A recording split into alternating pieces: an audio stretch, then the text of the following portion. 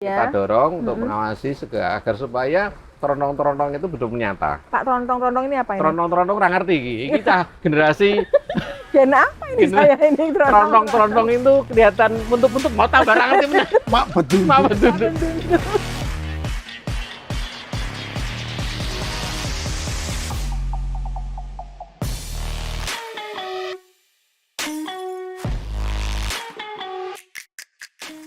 Assalamualaikum warahmatullahi wabarakatuh. Waalaikumsalam. Selamat pagi Sobat Pajak Kota Jakarta. Bertemu kembali dalam podcast Opoyo, obrolan pajak orang Jogja. Podcast milik BPKAD Kota Yogyakarta. Tempat ngobrol asik, serius tapi santai, dan tentunya bermanfaat.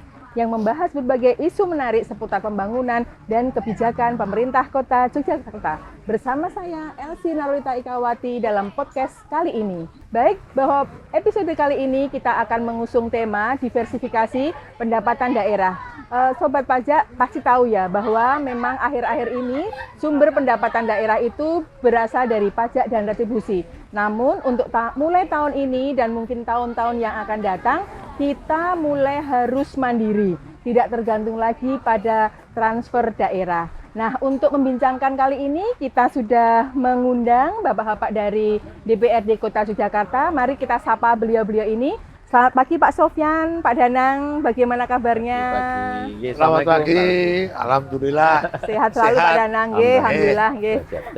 Terima kasih bahwa Bapak sudah mau untuk datang ke acara podcast kali ini. Langsung saja Bapak kita ngobrol mengenai diversifikasi pendapatan daerah. Pertama saya mau nanya ke Pak Sofyan ini. Bapak, mengapa diversifikasi pendapatan daerah itu menjadi semakin penting di era otonomi fiskal ini? Ya, terima kasih Mbak Elvi. Jadi kita ketahui bersama ya, kita disadarkan ya bahwa kita memang harus, tadi sudah sampaikan Mbak Elvi, kita harus mandiri, mandiri fiskal. Iya, betul. Karena terhenyaknya kita baru seolah terperanjat ya, ini seluruh daerah ya, tidak hanya di kota, bahwa dampak transfer ke daerah yang berkurang cukup signifikan ini menjadikan seolah-olah kita kelabakan seperti itu. Tapi kita di teman-teman B sejak awal ini memang membuka mindset baru, bahwa pembangunan itu tidak hanya bergantung dari APBD. Itu mindset awal kita. Apalagi kita yang ada di Komisi B, ini memang di keuangan, stafnya dan perekonomian, tentunya kita punya tugas di situ, concern di bidang pendapatan. Pendapatan salah satunya. Jadi sudah terpikirkan ya Pak? Sudah dan Komisi B itu, Komisi B, komisi sing golek duit karo sing belanjake. Dan arah kita sejak awal itu kemandirian. Sebenarnya kalau kita lihat dari ketentuan, PAD kita itu kan di bawah 50 lah, mendekati 50%. Iya, betul. Ya, ini sudah mandiri sebenarnya. Benarnya ya Pak ya, sudah mandiri. Tetapi ya kalau kita dari porsi postur ya, dari postur APBD secara umum ini APBD PAD kita itu sudah pada level mandiri sebenarnya. Mandiri, Tetapi dengan fakta yang kita alami sekarang, ya ini memang kita dipaksa. Tidak hanya sekedar 50% jadi satu tolok ukur ya, tapi kita akan tingkatkan ke atas. Salah satunya, memang salah satu yang akan kita lakukan adalah optimalisasi pajak retribusi. Tetapi hari ini kita tidak bertema itu. Temanya adalah diversifikasi pendapatan daerah. Nah, nanti di situ Pak, pentingnya diversifikasi, kita mencari alternatif nih, sumber-sumber pendapatan lain selain pajak dan retribusi ya. Ini menjadi sesuatu yang sangat penting bagi teman-teman Komisi B. Ini Mas Danang ini yang sudah cukup senior di DPRD ya. Ini nanti kita akan jogo gawang untuk mengeksplorasi, optimalisasi potensi sumber pendapatan dari non pajak, diversifikasi itu. Kalau untuk Pak Danang nih saya nanya, untuk kalau sisi DPRD sendiri ya Pak, untuk langkah-langkah konkret yang sedang atau akan dilakukan untuk mendorong peningkatan pendapatan daerah dari sektor pajak itu apa saja Pak? Apakah melalui regulasi, pengawasan, atau kerjasama dengan eksekutif, Pak? Yang pasti, Mbak Elsie, saat ini kami itu percaya bahwa pihak eksekutif, dari teman-teman eksekutif itu pasti sudah merancang. Betul, Pak. Merancang bagaimana optimalisasi ini akan dilaksanakan. Ya. Nah, persoalannya adalah bagaimana ini bisa sampai kepada masyarakat. Nah, kerangka berpikir kita itu harus sama dulu. Oh ya, berarti menyamakan antara eksekutif dan legislatif dulu. Ya, pengampu kebijakan dengan masyarakat. Oh, Nah, biar gayung bersambut di situ. Berarti ada peran masyarakat juga ya Pak di sini ya? Oh, ini kan objeknya masyarakat. Iya, betul kan? Pak. Ya. Objeknya masyarakat. Dari awal jangan ditinggalkan. Iya, betul Pak. Bahwa kita ini butuh ini loh, bangun kota Yogyakarta itu butuh anggaran yang sekian. Iya. Nah, potensinya dari mana? Dari pemerintah pusat kita tidak bisa lepas. Sumber pendapatan asli daerah kota Yogyakarta ini tidak ada sumber daya alam. Iya. Otomatis sumber daya manusia yang produktif itu yang kita jadikan objek untuk bisa ikut serta berperan secara aktif dalam konteks pembangunan. Mindset ini harus disamakan dulu frekuensinya. Oh iya. Terus kemudian perannya tadi Pak, apakah nanti ada regulasi mungkin yang akan kita bersama teman-teman Komisi B membuat kajian, potensi-potensi kajian sumber pendapatan. Oh iya. Yang bisa nanti disampaikan kepada eksekutif untuk bisa mengeksekusi. Oh, seperti apa? Ini nanti arah kebijakannya. Oh, baik. Kemudian Pak Sofyan, untuk aksi nyata Pemkot untuk diversifikasi PAD ini apakah sudah nampak Pak sekarang ini? Sudah ada gitu? Seperti apa kalau memang sudah ya kalau kita melihat ya, kita apresiasi. Ya, kita yang pertama kita apresiasi langkah-langkah yang dari terutama teman-teman BKAD untuk melakukan ini rekomendasi kita nih. Mereka sudah melaksanakan awalnya yang dilakukan oleh teman-teman BKAD adalah digitalisasi.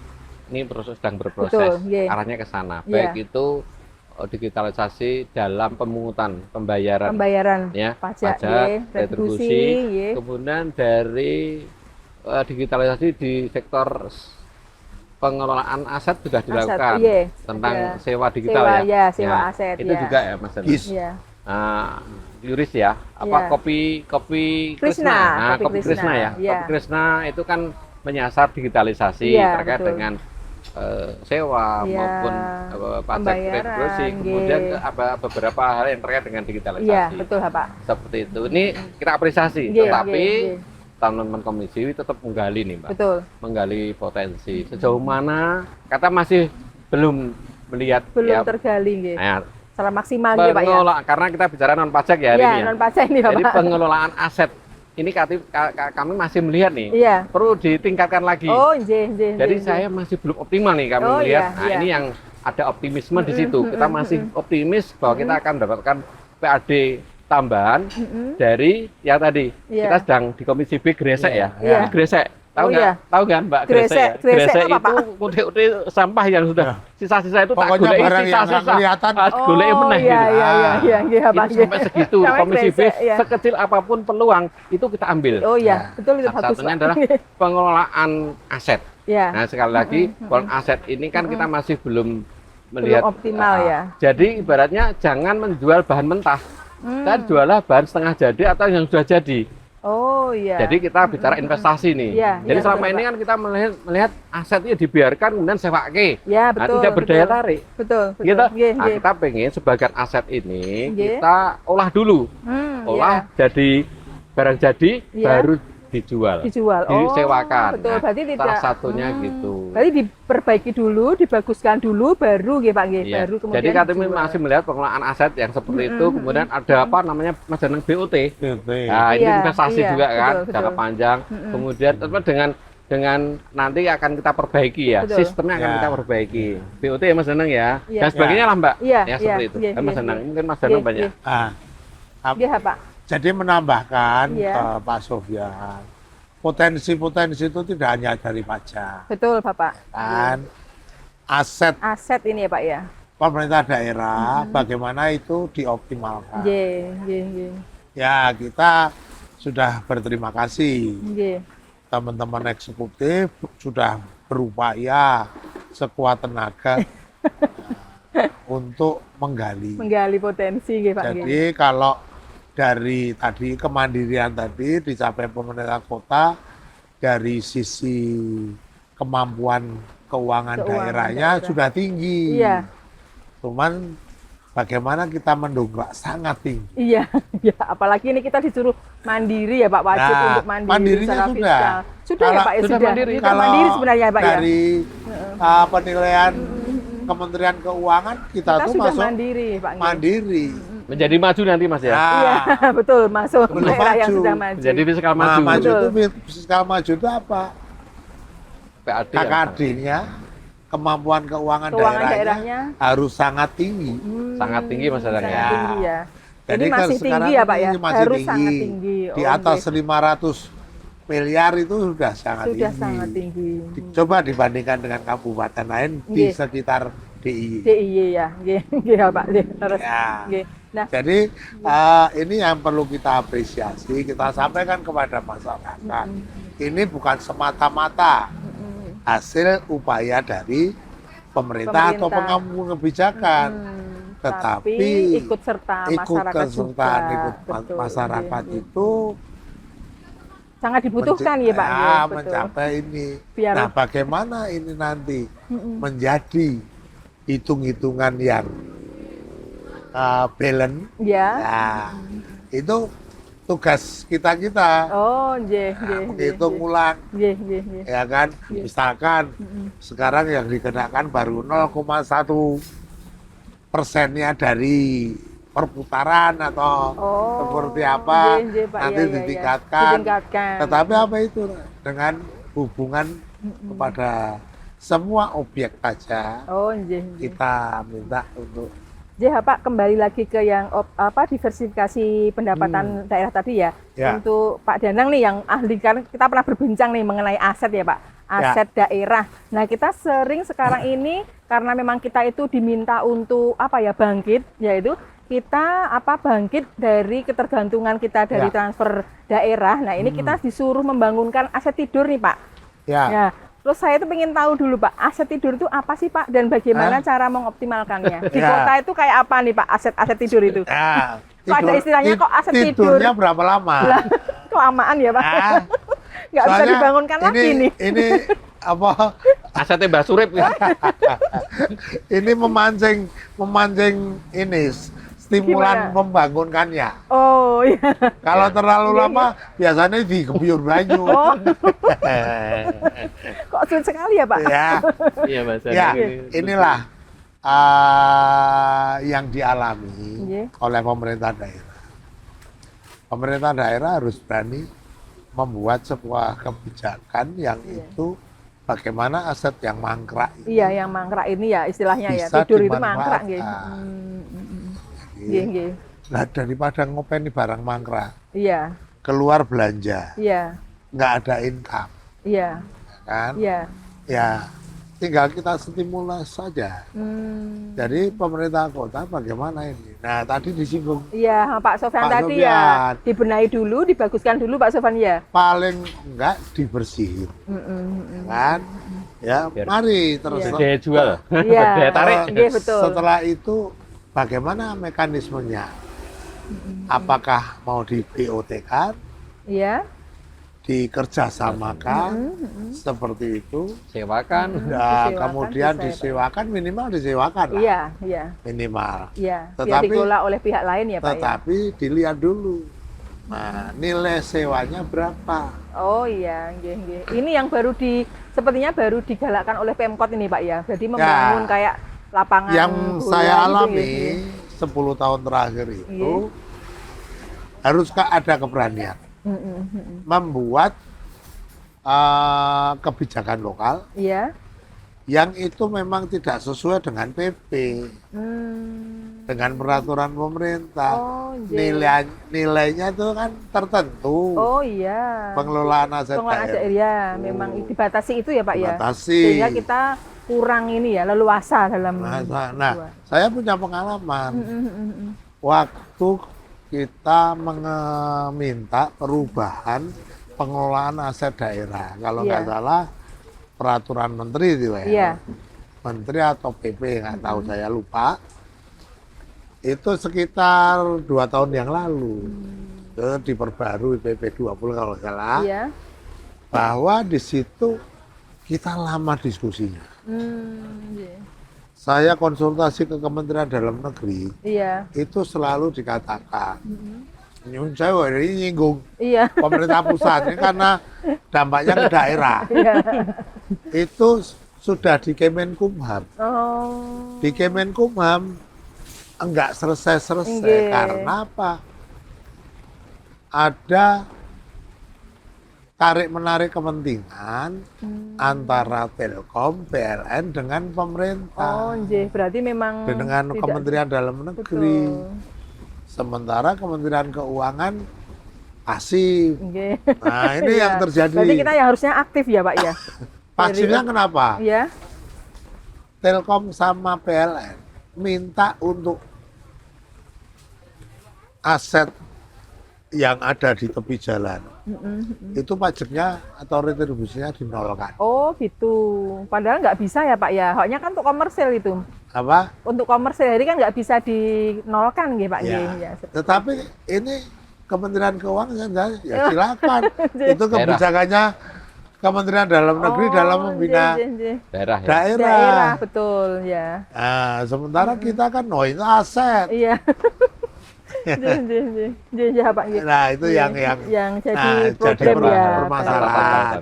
Jadi kebijakan ini local wisdom ini yang perlu kita gali data-datanya termasuk konkret untuk dimintakan rekomendasi ke Kementerian Keuangan sehingga tidak menjadi temuan BPK. Iya. Nah, ini sedang berjuang tentunya ya Pak ya. Nah, semoga lancarlah nanti ya Pak ya, kita bisa mendukung lah. Asetnya. Pokoknya kalau itu kita dorong. Baik, makasih sekali ya Pak. Dan yang kemudian Pak Sofyan, kita mau menanyakan lagi Pak untuk pendapatan daerah yang lain ini untuk peran BUMD ya Pak. Peran BUMD kan sangat mendukung sekali ya untuk salah satu sebagai penyokong dari PAD kita ya, yaitu seperti apa Pak untuk peran BUMD ini? Iya Mbak, kita punya beberapa BUMD nih. Di sektor keuangan ada beberapa, 2 ya. Kemudian di perusahaan pelayanan air minum PDAM, juga ada PDAM. Kemudian ada juga BUMD kita. Di Jogja Tama Wisesa itu yang menangani beberapa bisnis. Betul. Ini memang orientasinya ke bisnis, mengelola beberapa bisnis itu. Nah, terkait dengan itu kami masih melihat belum optimalnya beberapa BUMD kita.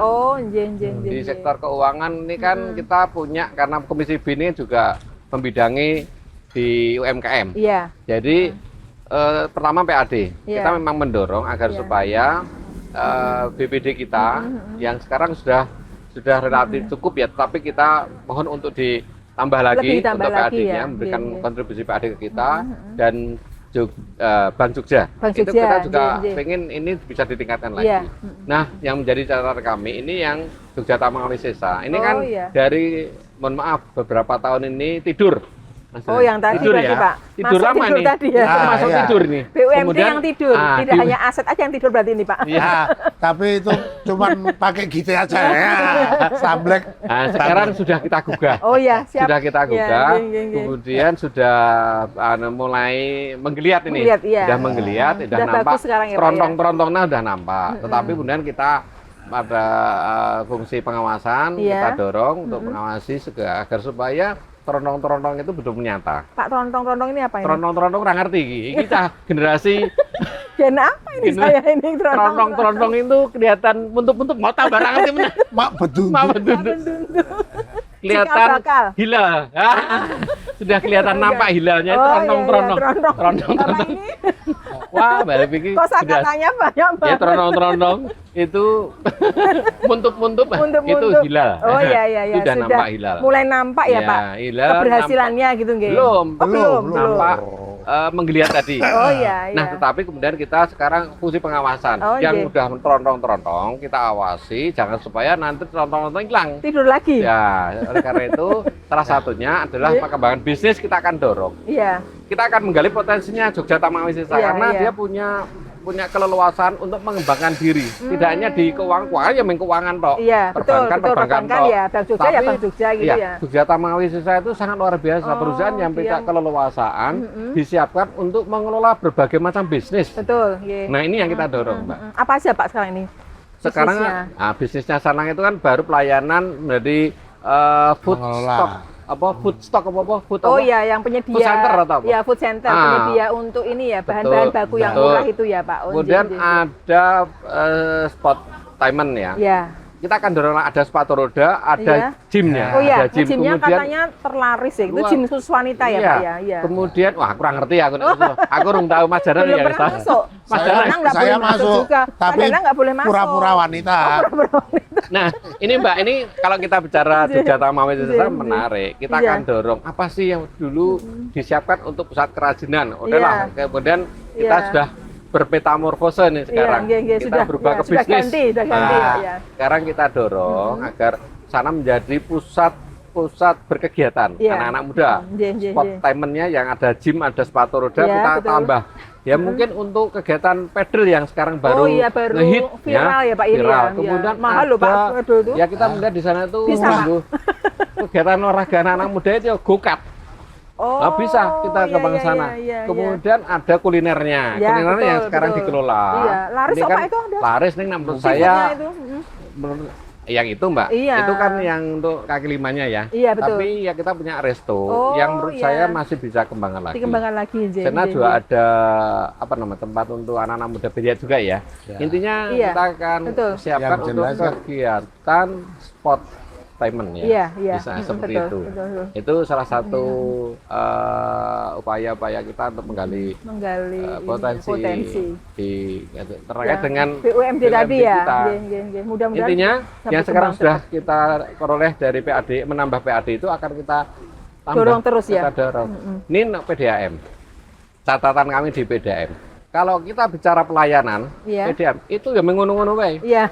Kita sekarang kan baru sekitar berapa ribu pelanggan di bawah 30.000. Malah medun ya Mas ya. Malah turun Pak. Iya. Karena ini kita kena revitalisasi Benteng Keraton ini kan berapa pelanggan ya. Berapa ratus pelanggan berapa ya Pak ratus ya. Itu menurun. Kemudian ini kita juga nampaknya kesulitan. PDM ini yang catatan kami, mengapa kok sulit untuk berarti promosinya kurang. Iya. Tidak ada langkah-langkah membuka kesadaran warga masyarakat untuk percaya, berarti masalah trust ini. Warga masyarakat belum percaya dengan PDAM. Ini pelayanan. Kedua, ini yang punya potensi bisnisnya itu bukan hanya di sini. Nambah pelanggan baru. Kedua, yang selanjutnya adalah bagaimana kita menjadikan air minum dalam kemasan itu menjadi core bisnisnya. Betul. Sekarang sudah Pak itu Pak. Wah, sudah mana-mana sudah Air Jogja. Ini kayaknya masih letoy. Masih. Ya Mas ya, mohon maaf ya. PDAM akan kita ini catatan buat PDAM. Perlu jamu kuat ya. Perlu jamu. Mas Danang itu. Mas Danang ini dah. Kan gitu aja Mbak. Kita tahun depan harus lebih lagi dari PDAM ini Pak ya. Lebih padahal kita sudah membeli terus Pak Air Jogja ini. Minumnya nggak boleh selain Air Jogja Pak. Jadi kita sudah tiap hari minumnya Air Jogja. Karena sentuhan marketingnya ngono-ngono wae gitu. Belum maksimal ya marketingnya. Belum ditangani secara profesional mungkin Pak ya. Saya yakin ini masih amatir. Masih sangat amatir saya katakan PDAM itu dalam mengelola air minum dalam kemasan ya. Betul. Kembali ke Pak Danang Pak, yang berikutnya adalah mengenai potensi ekonomi kreatif, pariwisata dan digitalisasi sebagai sumber pendapatan alternatif. Terima kasih. Bagaimana itu Pak? Bagaimana sektor-sektor itu dapat menjadi sumber PAD baru bagi Kota Yogyakarta? Nah, kita lihat baseline-nya. Nah, angka dasarnya itu penggiat digital itu berapa banyak tuh di kota? Di kota ya. Punya data nggak, Pemkot? Pemkot sepertinya ada Pak di bawah Kominfo itu ya. Ya, di bawah Kominfo bekerja sama nggak dengan BPKD? Oh, kan gitu. Kita awali dulu. Misalkan ada penggiat startup aja lah. Di tahun 2017 jumlah penggiat startup di Kota Yogyakarta yang tercatat oleh Kominfo itu sekitar 1.700-an lebih. Coba bayangin. Sedikit sekali ya Pak? Banyak ini? Dibanding tahun 2017 loh. Oh, 2000 17. berapa? 17. Oh, 2017. Hampir 8 tahun yang lalu. 8 tahun yang lalu.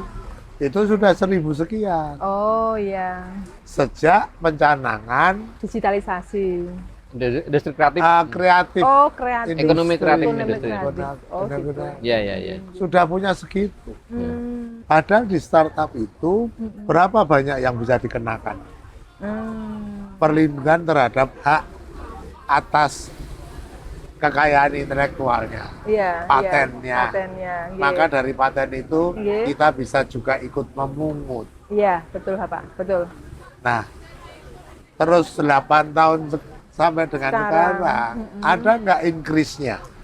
Pasti banyak ya Pak. Perkembangan. Saya rasa mesti banyak sekali. Baseline inilah kenapa kita diberi hadiah oleh Kementerian Perindustrian gedung PDIN. Oh, karena itu ya, karena pengembangannya yang luar biasa gitu Pak. Itu, jangan dikira itu hanya given. Hanya ternyata. Ya, ternyata di balik itu. Di balik itu ya. Ada usaha yang luar biasa ternyata ya, Pak, dari pemerintah Kota Yogyakarta. Itu dari bisnis satu digital.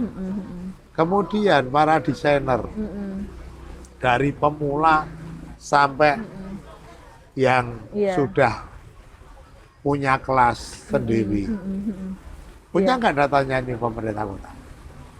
Pertanyaannya selalu. Saya rasa punya Pak ya, karena memang punya ya, ini karena yang perlu kepentingan digali. Untuk pengambilan kebijakan digali bagaimana kita mempunyai forum. Forum untuk forum ekonomi kreatif. Apa yang bisa difasilitasi pemerintah? Apa yang mereka bisa perbuat? Karena teman-teman penggiat ekonomi kreatif itu dunianya tidak hanya di Jogja. Iya. Nah, dunianya bisa sampai kemana-mana. Iya, bisa mana-mana. Sudah nggak bisa di ini ya Pak ya. Kendalikan. Iya. Apalagi udah nggak di sini, udah kemana-mana. Iya. Apalagi sekarang didorong dengan teknologi digitalisasi. Iya, betul. Nggak ada yang bisa magari ruang udara ini dengan bambu. Iya. Kalau laut udah kan? Udah. Nah, kalau udara pakai bambu. Nggak bisa. Nah, potensi ini ayo kita sama-sama.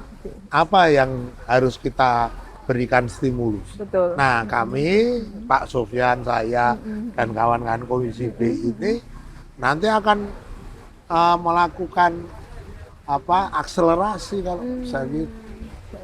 Jadi jangan dikira kalau ini program dinas itu menjadi dinas itu aja yang bertanggung jawab. Tidak bisa begitu. Saat ini harus sudah mulai yang berikutnya. Berapa jumlah pengaju NIB? Nah, angka pastinya tahu nggak? Kalau saya sendiri kurang pasti tahu, Mbak ya. Teman, memang kemarin itu sekisaran di atas 100 ribuan ya kayaknya. Apa? Lebih ya. Itu pengaju tahun ini. Oh, kalau di yang kota, sudah dapat saja. Iya. 37 ribuan. Oh ya.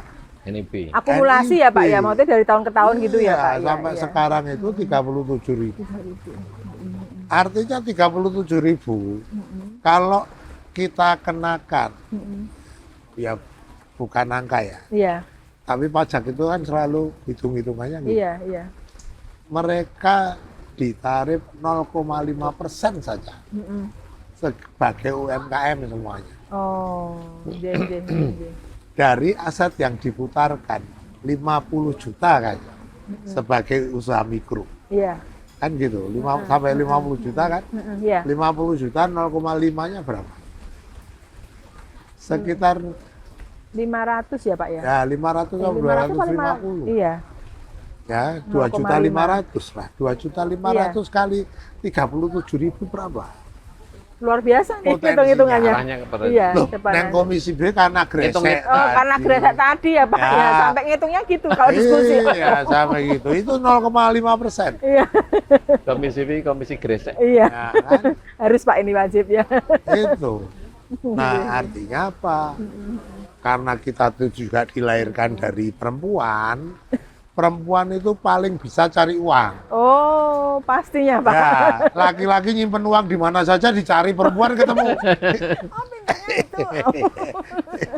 Dia Pak Sofyan, Pak Danang sudah sampai di penghujung acara ini, podcastnya sudah 30 menit nggih. Nah, mungkin ada yang mau sampaikan kepada sobat pajak, Pak Danang, Pak Sofyan. Ya, Pak Sofyan dulu. Saya dulu ya. Iya, Pak Sofyan. Nanti closingnya Pak Sofyan.